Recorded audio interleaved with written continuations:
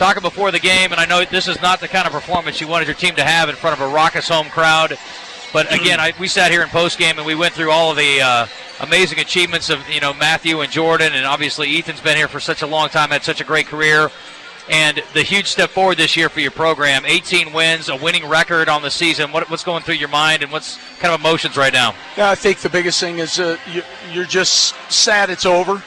I was listening to some of the coaches in the NCAA tournament last night, and almost every one of them said the same thing that I'm going to say. It's not even about losing the game. It's the fact that you'll never coach this team again.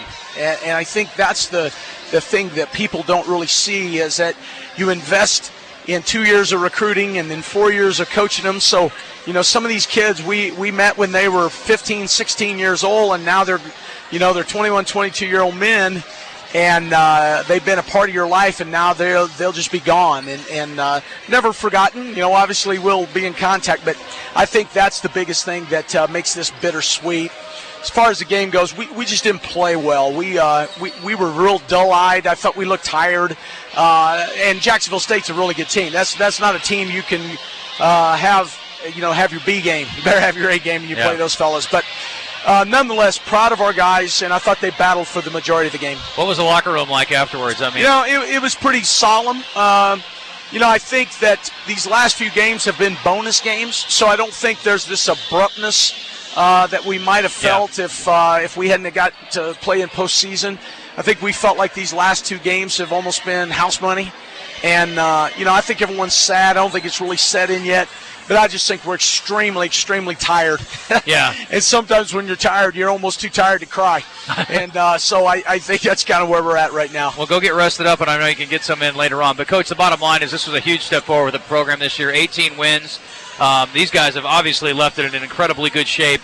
And we saw it today. I mean, the three freshmen who started, and then Jared Chatham has just been a rising star the last few games. You got a lot of other contributors who are key guys that are coming back next year. You got to feel extremely optimistic about the future. Yeah, I told our team that these three seniors and Tyler Simmons, who was a big part of our practices, these four guys have gone through a lot, and they've also set the bar pretty high. And if we don't capitalize on this season next year by meaning that we learn lessons of leadership, we learn lessons of toughness, we learn lessons of making plays from these seniors, then this season was for naught. And there'll be a time and a place for us to do that. Individual meetings, group meetings. We'll watch a lot of film in the off season. We'll figure out how we can get better. But I'm with you, Justin. You got four pretty good young players to build on, and we got some guys coming that our fans are going to love. And we will be inexperienced a little bit next year. But I believe that we will have maybe overall more talent. I know we'll be bigger. I know we'll be stronger. And there'll be a time to think about that more. But I'm proud of what we've done this year, and we just got to use it to move forward. Coach, one last thing. We're going to bring him in here in a second. Jordan Howard ends the season as the leading scorer in the nation. And I was just telling Sammy I may do this another 30 or 40 years, I hope.